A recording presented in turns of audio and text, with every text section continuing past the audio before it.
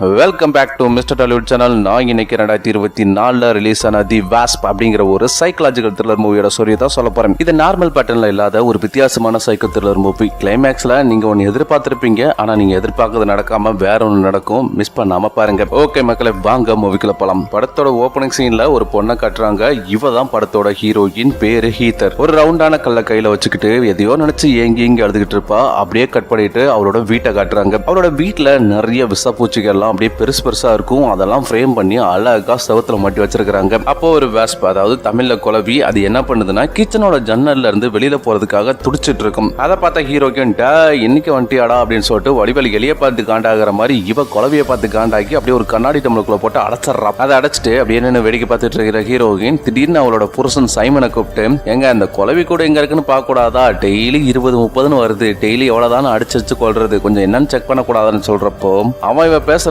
மதிக்கவே மாட்டான். எனக்கு office time ஆச்சு, இந்த மாதிரி சில்லற வேலையெல்லாம் நீ தான் பாத்துக்கணும். நாளைக்கு என் கொலீக்ஸ் எல்லாருமே இங்க வருவாங்க, அவங்களுக்கு டின்னர் ருசியா இருக்கணும், அந்த அளவுக்கு சூப்பரா சமைச்சு வைக்கிறேன்னு சொல்லிட்டு அவன் பாட்டில் ஆபீஸ் கிளம்பி போயிடுறான். அவன் அங்க இருந்து போனதும் அந்த குழவியை பாக்குறா. அதோட சவுண்டை கேட்டு ரொம்பவே இரிட்டேட் ஆகி கொஞ்சம் கூட பாவம் புண்ணியம் பார்க்காம அதை நசுக்கி கொலை பண்ணிடுறான். அந்த குழவியை கொலை பண்ணும் போது உடனே அவளுக்கு அவளோட ஸ்கூல் லைஃப் ஞாபகம் வந்துருது. ஹீரோயினும் அவளோட ஃப்ரெண்டு கார்லாவும் ஸ்கூல் விட்டு வரும்போது ஒரு புறா அடிபட்டு அது உயிருக்காக போராடிட்டு இருக்கும். அதை பார்த்த ஹீரோயின் பாவப்பட்டு இருக்கும் போது அவளோட ஃப்ரெண்டு கார்லா என்ன பண்றா, ஒரு கால்ல எடுத்து புறாவை தலையிலே அடிக்கிறா. புறா அங்கே செத்து போயிருது. அதுக்கு ஹீரோயின் என்னடி எப்படி பண்ணிட்டு அப்படின்னு சொல்லும் போது, நீ விஜய் டிவில மகாபாரதம் எல்லாம் பார்த்தது இல்ல, அதுல கர்ணன் அபிமன்யு உயிருக்கு போராடிட்டு இருக்கும் போது கத்தி எடுத்து ஒரு சொருகுவான்ல, அந்த மாதிரி தான் நானும் கொலை பண்ணேன். இது ஒரு புனிதமான சைக்கிள், இதெல்லாம் நீ கண்டுக்க கூடாதுன்னு சொல்றப்போ ஹீரோயின் தலதடிக்க ஓடிடுறா. அப்படியே மறுநாள் காலையில காட்டுறாங்க. இந்த ஹீரோயினோட புருஷன் சைமன் இருக்கலாம்ல, அவன் யாருக்கோ கால் பண்ணி 2 மணிக்கு ரெஸ்டாரண்ட் வந்துரு, நம்ம 2 மீட் பண்ணலாம் டார்லிங் சொல்லிட்டு கால் கட் பண்றான். இவன் பேசுறது எல்லாத்தையும் கேட்ட ஹீரோயின் ரொம்பவே ஃபீல் பண்ணிட்டு அவளோட ஸ்கூல் ஃப்ரெண்டான கார்லா, அதாவது புறாவை கொலை பண்ணால,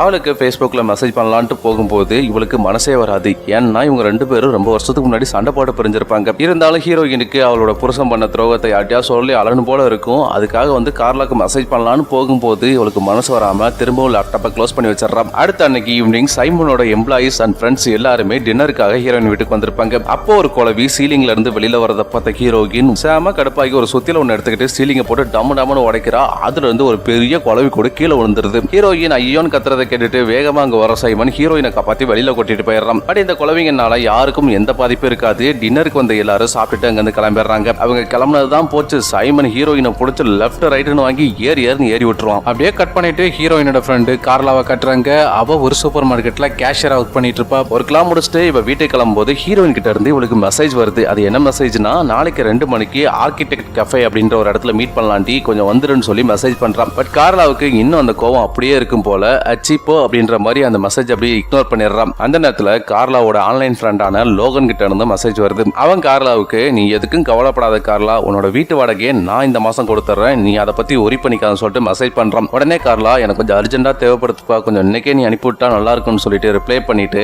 அங்க இருந்து கிளம்பி வீட்டுக்கு போறான். வீட்டுக்கு போனா கார்லாவுக்கு 4 பசங்க, குவைத்துல 1 சேர்த்து 5 பசங்க இருப்பாங்க. புருஷன் ஒரு சூதாட்ட அடிக்ட், வேலைக்கே போக மாட்டா, வீட்டுல இருந்து தான் கொட்டிக்கிறான். அதனால கார்லா தான் கேஷியர் வேலைக்கு போயிட்டு அந்த 4 பசங்களையும் பார்த்துக்கிட்டு இவனையும் சேர்த்து பார்த்துக்கிறான். எல்லாரும் உட்காந்து டிவி பார்த்துட்டு இருக்கும்போது கார்லாவுக்கு ஜேம்ஸ்ங்கிறவங்க கிட்ட இருந்து ஒரு மெசேஜ் வருது. இன்னும் 2 மணி நேரத்துல நான் அங்க இருப்பேன், நம்ம 2 பேரும் மீட் பண்ணலாம்னு சொல்லிட்டு மெசேஜ் பண்றான். அதை பார்த்த ஹீரோயின் அவளோட புருஷங்கிட்ட, நான் இன்னும் 1 மணி நேரத்துல வந்துருவேன், நீ பசங்க எல்லாத்தையும் பார்த்துக்கன்னு சொல்லிட்டு அங்க இருந்து வெளியில போறான். கரெக்டா அந்த ஜேம்ஸ்ங்கிறவனும் கார்ல ஹீரோயினை பிக்கப் பண்றான். அடுத்து ஒரு 2 மணி நேரம் கழிச்சு அதே இடத்துல இறக்கி விட்டுறான். ஆக்சுவலி ஹீரோயினுக்கு அவ கேஷியரா வேலை பார்த்து வர பணம் சுத்தமா பத்தவே பத்தாது. அவளோட ஃபேமிலியை கூட ரன் பண்ண முடியாது. அதனால என்ன பண்றா, புருஷன் சூதாடி ஊரை சுத்தி கடனா வாங்கி வச்சிருப்பான். அதெல்லாம் அடைக்கிறதுக்காக கார்லா பார்ட் டைமா விபச்சாரமும் பண்ண ஆரம்பிக்கிறா. கார்ல இருந்து இறங்கின கார்லா நம்ம லைஃப் இப்படியே போயிருமான்னு சொல்லிட்டு யோசிச்சுக்கிட்டே நடந்து போகும்போது அவளுக்கு கொஞ்சம் கிருகிருன்னு வர ஆரம்பிக்குது. அதனால ஒரு இடத்துல உட்காந்து இந்த ஜேம்ஸ் கொடுத்த பணத்தை எண்ணிட்டு இருக்கும் போது இவளோட ஆன்லைன் ஃப்ரெண்ட் லோகன் இருக்கிறான்ல, அவன் பணம் கொடுக்குறான்னு சொல்லியிருந்தான்ல, அவன் ஏதாச்சும் மெசேஜ் பண்ணியிருக்கானு பாக்குறா. பட் அவன் எந்த ஒரு ரிப்ளையுமே பண்ணிருக்க மாட்டான். இதனால ரொம்பவே வெக்ஸ் ஆகிற கார்லா எப்பரா வாடகை கொடுக்க போறோன்னு யோசிச்சுட்டு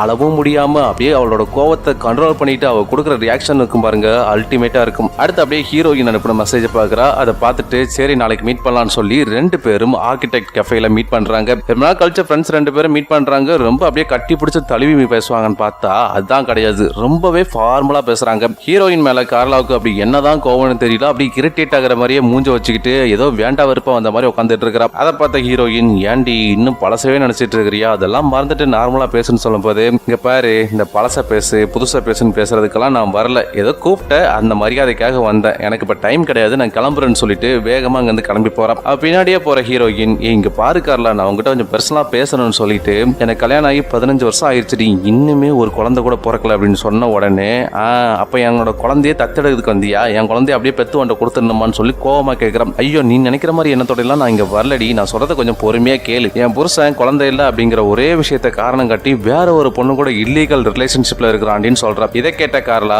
அது எப்படி உனக்கு தெரியும், நீ எப்படி கண்டுபிடிச்சன்னு சொல்லும் போது, அதை ஏண்டி கேட்கிற, அந்த பொண்ணே நான் தான் Facebookல ஒரு ஃபேக்கான ஐடி ஒன்னு ரெடி பண்ணி அவனுக்கு வளைய விரிச்சேன். புறம்போக்கு என்ன காஜா பேசுறான்னு நினைக்கிறேன். கல்யாணமாகி இத்தனை வருஷத்துல ஒரு நாள் கூட அவன் என்கிட்ட இப்படி பேசினதே கிடையாது. ஆனா வேற ஒரு பொண்ணு கிட்ட இந்த அளவுக்கு வளையிறான் அப்படின்னா அவன் இன்னும் எத்தனை பொண்ணு கூட எல்லாம் இந்த மாதிரி பேசியிருப்பான், பழகிருப்பான். எனக்கு என்னமோ அவன் வேற ஒரு பொண்ணு இல்ல ஆபீஸ் மேட் கூட மீட் பண்ணிருப்பான்னு தோணுதுன்னு சொல்றான். இதை கேட்ட கார்லா, இங்க பாரு, எனக்கே 1008 பிரச்சனை இருக்குது, என் பிரச்சனையே சரி பண்ணிக்க முடியாம திக்கு முக்கு ஆடி போயிருக்கிறேன். என்கிட்ட வேற இதெல்லாம் சொல்லி என்னை டென்ஷன் பண்ணாத, தயவு செஞ்சு என்னை விட்டுரு. புள்ளத்தாச்சியா இருக்கிற என்னை பார்த்தா உனக்கு பாவம் இல்லையான்னு சொல்லிட்டு நேரா வேலைக்கு போயிருவான். ஆனாலும் விடாத ஹீரோயின் வேலை பார்த்துக்க இருந்த கார்லா கிட்ட போயிட்டு, இங்க பாரு, என் பேக்ல $10,000 இருக்குது, நீ மட்டும் என்ன தனியா மீட் பண்ணி என் கதையை 5 நிமிஷம் கேட்டீங்கன்னா அதை உன்ட்ட அப்படியே கொடுத்துறேன்னு சொன்னதும் காசுக்காக ஆசைப்பட்டு வேகமா கார்லா ஹீரோயின் பின்னாடியே போறான். 2 பேரும் தனியா மீட் பண்ணி பேசுறாங்க. கார்லா கிட்ட ஹீரோயின், உன்னோட டாஸ்க் ரொம்பவே சிம்பிள் டி, நீ என்ன பண்ற, என் புருஷன் காவாலி பையா இருக்கிறான்ல, அவனை கொலை பண்ணிடுற. எப்படி நீ கொலை பண்ணிட்டீன்னா உனக்கு $1,00,000 உடனே கொடுத்துறேன்னு சொல்றான். இதை கேட்ட கார்லா ஷாக் ஆயிட்டு,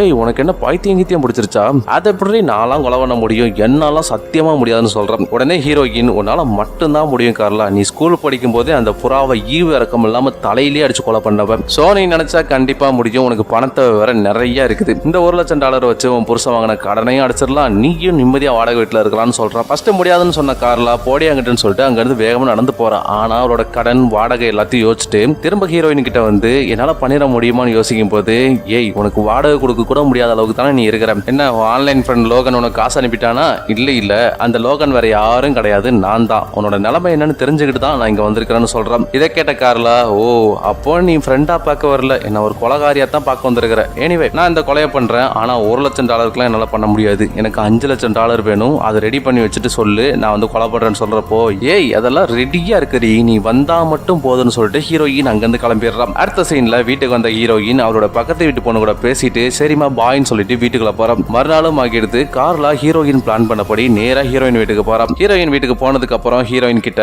ஏய் நீ சொன்னதுக்கு அப்புறம் நிறைய ஹாலிவுட் படம் பார்த்தேன்டி, அதுல எல்லாத்துலயுமே அசால்ட்டா கொலை பண்ணிட்டு எஸ்கேப் ஆயிடுறாங்க.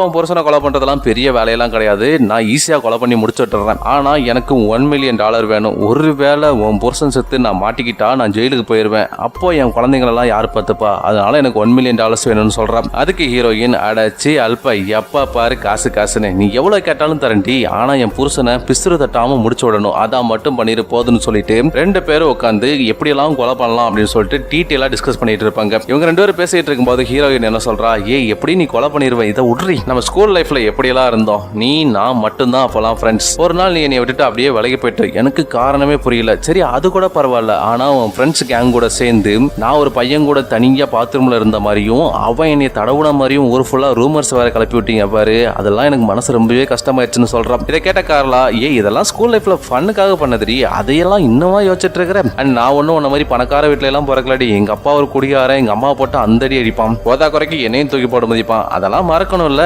அதுக்காக சும்மா விளையாட்டுத்தனமா பண்ணது, அதெல்லாம் நீ யோசிச்சுட்டு இருக்காத சாரின்னு சொல்றான். இதை கேட்ட ஹீரோயின், என்னால அதெல்லாம் மறக்கவே முன்னாடி யோசிச்சு பார்க்கும் போதெல்லாம் எனக்கு அந்த யாவும் தான் வருதுன்னு சொல்றப்போ, ஏய் இங்க பாரு, எல்லாத்துக்கும் ஒரு அளவு இருக்குது, என்னை எதுக்காக கூப்பிட்டியோ அதை மட்டும் பேசு, இல்லையா நான் கிளம்பி போயிட்டே இருப்பேன்னு சொல்றான். சரி கோவப்படாத, நான் ஒரே ஒரு விஷயத்த மட்டும் உங்ககிட்ட சொல்லிடுறேன், அதுக்கப்புறம் நம்ம ஃபர்தரா கொலை எப்படி பண்ணலாம்னு யோசிக்கலாம்னு சொல்லிட்டு, ஸ்கூல் படிக்கும் போது நான் உங்க கூட ஏன் பேசாம போனேன்னு உனக்கு தெரியுமா, ஒரு நாள் நீ என்னை திடீர்னு பாத்ரூம் கூட்டு போனேன், எதுக்காக கூட்டு போனேன் ஞாபகம் இருக்குதா, என்னை போட்டு அந்த அடி அடிச்சுட்டேன், என் மூக்கெல்லாம் உடச்சு விட்டுட்டேன், யார் அடிச்சதுன்னு சொல்லிட்டு பிரின்சிபால் அவ்வளோ டைம் கேட்டாங்க, ஆனாலும் கூட நான் வாயவே திறக்கலையே, ஏன்னு கேட்டீங்கன்னா நான் உன் மேல அவ்வளோ பாசம் வச்சிருந்தேன், நீ தான் என்னை புரிஞ்சுக்காம என்னை அடிக்கிறது கஷ்டப்படுத்துறதுன்னு சொல்லி ரொம்பவே கொடூரமா நடந்துகிட்டேன்னு சொல்றோம். இதை கேட்ட கார்லா, ஏய் இதெல்லாம் தயவு செஞ்சு உட்ரி, உன் புருஷனை கொலை பண்றதை மட்டும் இப்ப பேசலாம், உன் புருஷன் யாரு, அவனோட போட்டோ கொஞ்சம் காட்டு, அப்பதான் யாரு என்னன்னு பார்த்து கரெக்டா கொலை பண்ண முடியும்னு சொன்னதும் ஹீரோயின் அவரோட புருஷனோட போட்டோ எடுத்து கொடுக்குறா. பார்த்தா வேற யாரும் கிடையாது, கார்லா 2 நாளைக்கு முன்னாடி சர்வீஸ் பண்றதுக்காக கூட்டு போயிட்டு வந்திருப்பான்ல ஜேம்ஸ், அவனே தான். அவனை பார்த்து கார்லா ஷாக் ஆகுறா. அப்ப ஹீரோயின், இவர் தாண்டி என் வீட்டுக்காரர் பேரு சைமன், ஆனா Facebookல என் கூட சேட் பண்ணும்போது என்ன பேர் சொன்னான் தெரியுமா, அரவிந்த் சாமின்னு சொல்லி சேட் பண்றாண்டி, இன்னும் எத்தனை பொண்ணுங்களை இந்த நாய் ஏமாத்துச்சோ, எத்தனை பொண்ணு கூட எல்லாம் போனான்னு தெரியலன்னு சொல்லும் போது கரெக்டா கார்லாவுக்கு அப்படியே போட்டோ பார்த்து மயக்கம் வர ஆரம்பிக்குது. ஆரம்பிக்குது. அந்த மயக்கத்திலேயே உன் புருஷனை நான் முன்னாடியே பாத்துருக்கேன், எனக்கு நல்லாவே தெரியும்னு சொல்லிட்டு எனக்கு ஒரு மாதிரி தலை சுத்துதிரியே, கொஞ்சம் தண்ணி இருந்தா கூடன்னு சொல்றதுக்குள்ள ஹீரோயின் டப்புன்னு ஒரு கட்சி எடுத்து டபக்குன்னு வாய பத்திடுறான். நமக்கு அப்படியே ஷாக் ஆயிரும். எப்பா இன்னொரு வரைக்கும் புனித குழந்தை மாதிரி அப்படியே பேசியிருந்தே யாருமா நீன்னு யோசிக்கிறதுக்குள்ள கார்லாம் மயங்கிடுறான். அவ மயங்கினதும் ஹீரோயின் என்ன பண்றா, வேகமா ஒரு பேப்பர்ல எடுத்து எழுதி கொண்டு போய் பக்கத்து வீட்டுல போட்டுட்டு திரும்ப வீட்டுக்கு வந்துடுறா. வீட்டுக்கு வந்த ஹீரோயின் கார்லாவை அப்படியே மயக்கத்துல இருந்து தெளிய வச்சு, ஏண்டி நான் பேசுனா உனக்கு கேட்கறதுக்கு வலிக்குதா, என்னெல்லாம் கொடுமைப்படுத்திருக்கிற அதெல்லாம் நான் உட்காந்து இப்ப சொல்லுவேன், நான் பேசுறத நீ கேட்கிற. இந்த ஸ்கெட்ச் என் புருஷனுக்கு நினைச்சியா கார்லா, இந்த ஸ்கெட்ச் உனக்கு தான். எனக்கு ஏன் 15 வருஷம் ஆகியும் குழந்தை பிறக்கலன்னு உனக்கு தெரியுமா? அது காரணம் நான் சொல்றேன், நீ இப்ப கேட்கற. நமக்கு 12 வயசு இருக்கும்போது நம்ம ஃப்ரெண்டோட பர்த்டே ஃபங்க்ஷனுக்காக நம்ம போனோம். அங்க வச்சு உன்னோட ஃப்ரெண்ட்ஸ் கேங் கூட சேர்ந்து என்ன பாத்ரூம் கூட்டிட்டு போய் என்னோட பிரைவேட் பார்ட்ல ஒரு ராடை இறக்குனியே, அது ஞாபகம் இருக்கா?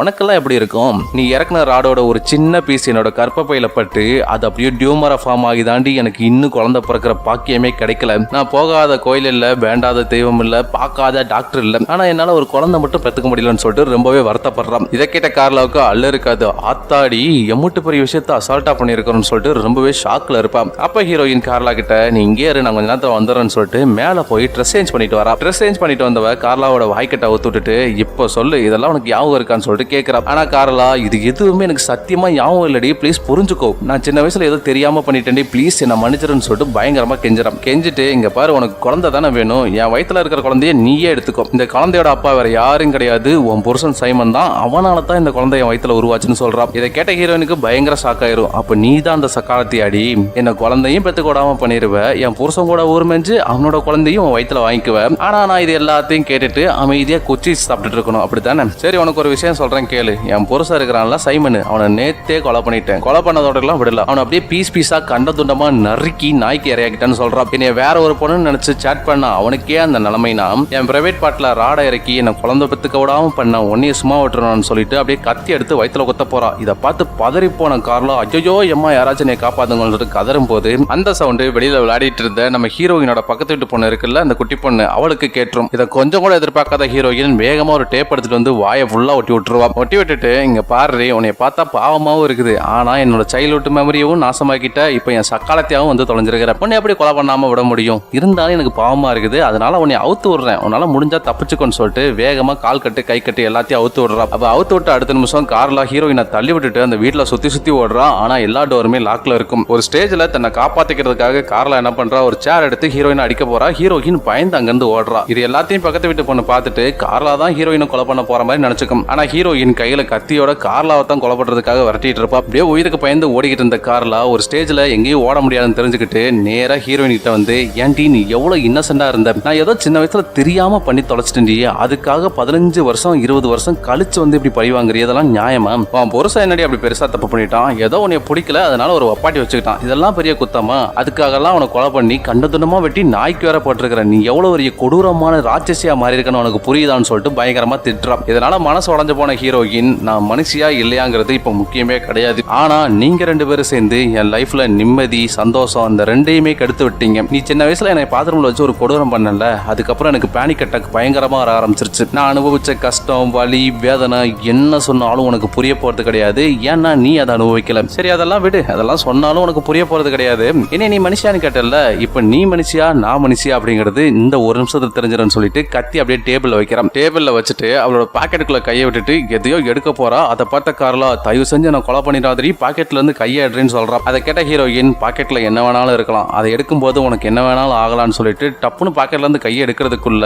இவ என்ன பண்றா, அங்கிருந்து கத்தி எடுத்து ஹீரோயின் வயிற்றுலயே சொருகிறா. அப்ப ஹீரோயின் கார்லா கிட்ட, பாத்தியா இதுதான் நீ என்ன மனுஷன் கேட்டல, நான் உன்னை எதுவுமே பண்ணல, ஜஸ்ட் உன்னை ட்ரிகர் மட்டும் தான் பண்ணேன், ஆனா நீ என்னை கொலையே பண்ணிட்டேன், நான் எப்பவுமே இன்னசென்ட் தான் சொல்லிட்டு அவளோட பாக்கெட்ல இருந்து ஒரு கல் எடுத்து போடுறா. இந்த கல் என்ன கல்னா, ஃபர்ஸ்ட் சீன்ல ஹீரோயின் இந்த கல்லை வச்சு தான் அழுதுகிட்டு இருந்திருப்பா. அந்த கல்லை பார்த்த கார்லாக்கு அப்படியே நெஞ்சே வெடிச்சிரும். ஐயோ அவசரப்பட்டுட்டமேன்னு சொல்லி யோசிக்கிறதுக்குள்ள கரெக்டா ஹீரோயினோட புருஷன் டோரை திறந்து வீட்டுக்குள்ள வரான். சோ அவனையுமே ஹீரோயின் கொலை பண்ணிருக்க மாட்டா. அவன் வர சவுண்டை கேட்ட உடனே ஹீரோயின் கார்லாவோட காதுல போயிட்டு குட் கேர்ள் அப்படின்னு சொல்லிட்டு அப்படியே கீழே விழுந்துடுறான். சைமன் ஓடி வந்து பொண்டாட்டியை தூக்குறான். பட் அதுக்குள்ள ஹீரோயின் செத்து போயிருவா. அப்போ இது எல்லாத்தையுமே பக்கத்து வீட்டு பொண்ணும் அவளோட அம்மாவும் ஜன்னல் வழியா பாத்துருவாங்க. இதனால பதறி போன சைமன் வெளியில ஓடி வந்துட்டு, இந்த கார்லா பொண்ணு தான் வந்து என் பொண்டாட்டியை கொலை பண்ணிட்டா, எனக்கு இதுக்கு எந்த சம்பந்தமே இல்லைன்னு சொல்லும் போது, கொஞ்ச நேரத்துக்கு முன்னாடி ஹீரோயின் ஒரு லெட்டர் எழுதிட்டு போயிட்டு பக்கத்து வீட்டுல போட்டிருப்பால, அந்த லெட்டரை சைமன் கிட்ட தூக்கி போடுறாங்க. சைமன் அதை பார்த்து அப்படியே ஆடி போயிடுறான். அந்த லெட்டர்ல என்ன இருக்குன்னா, என் புருஷனும் அவரோட அப்பாட்டையும் சேர்ந்து என்னை கொலை பண்ண பாக்குறாங்க, ப்ளீஸ் ஹெல்ப் மீன்னு சொல்லிட்டு எழுதி கொண்டு போய் அங்க அழகா போட்டு வந்திருப்பான். அதை பார்த்த சைமன் அவ்வளவுதான் நம்மள முடிச்சு விட்டீங்க போங்க அப்படின்ற மாதிரி நிற்கும் போது போலீஸ் வந்து ரெண்டு பேத்தையுமே அரெஸ்ட் பண்ணிடுறாங்க. அதுக்கப்புறம் அப்படியே ஹீரோயினோட பாடியை காட்டுறாங்க. அவளோட உடம்புல இருந்து ஒரு வாஸ்ப், அதாவது குழம்பி வெளியில வரும். அது அவளோட வயிற்றுல இருந்து அப்படியே கன்னத்துல ஏறி அங்க இருந்து பறந்து போகுது. படமும் முடியுது. ஆக்சுவலி இது எல்லாமே ஹீரோயினோட செட்டப் தான். அவளோட சின்ன வயசுல நடந்த அட்டாக்னால அவளுக்கு அடிக்கொரு தடவை பேனிக் அட்டாக் வந்திருக்கும். அதையும் மீறி கல்யாணம் பண்றா. ஆனா அவளால குழந்தை பெற்றுக்க முடியல. அதனால அவளோட புருஷன் வெளியில வேற ஒரு பொம்பளையும் கிட்ட போறான் அப்படிங்கறத தெரிஞ்சுக்கிட்டு அவனை கொலை பண்ண முடிவு பண்ணி கார்லாவை போய் மீட் பண்றான். எதுக்காக கார்லா அப்படின்னு கேட்டீங்கன்னா, அவ தான் சின்ன வயசுல கொடுமைப்படுத்திருக்கிறா. அவளையும் பழி வாங்கணும், புருஷனையும் போட்டு தள்ளணும். அதுக்காகத்தான் கார்லாவை சூஸ் பண்ணிருப்பா. ஆனா பாருங்க, இப்ப வீட்டுக்கு வந்ததுக்கு அப்புறம் தான் கார்லாவோட வயித்துல வளர்ற குழந்தைக்கு அப்பா சைமன் தெரிய வருது. இதனால ரொம்பவே மனசு உடைஞ்சு போற ஹீரோயின் இதுக்கப்புறம் நம்ம வாழ்ந்து என்னத்தை சாதிக்க போறோம்னு முடிவு பண்ணி நம்ம செத்தாலும் இவங்க ரெண்டு பேரும் நிம்மதியாவே இருக்கக்கூடாது அப்படிங்கிற முடிவோட பக்காவா பிளான் பண்ணி இந்த ஸ்கெட்ச் எல்லாத்தையுமே போட்டிருப்பா. இவங்களும் அதுக்கேற்ற மாதிரி பக்காவா மாட்டியிருப்பாங்க. தன்னோட உயிரை கொடுத்து ரெண்டு பேர்த்தோட நிம்மதியும் கெடுத்து விட்டுருவா. அப்படியே படமும் முடியுது. ஒரு வினோதமான சைக்கோ த்ரில்லர் மூவி பார்த்த ஒரு அனுபவம் உங்களுக்கு கிடைச்சிருக்குன்னு நம்புறேன். அடுத்து ஒரு நல்ல வீடியோவோட வந்து உங்களை சந்திக்கிறேன். நன்றி, வணக்கம்.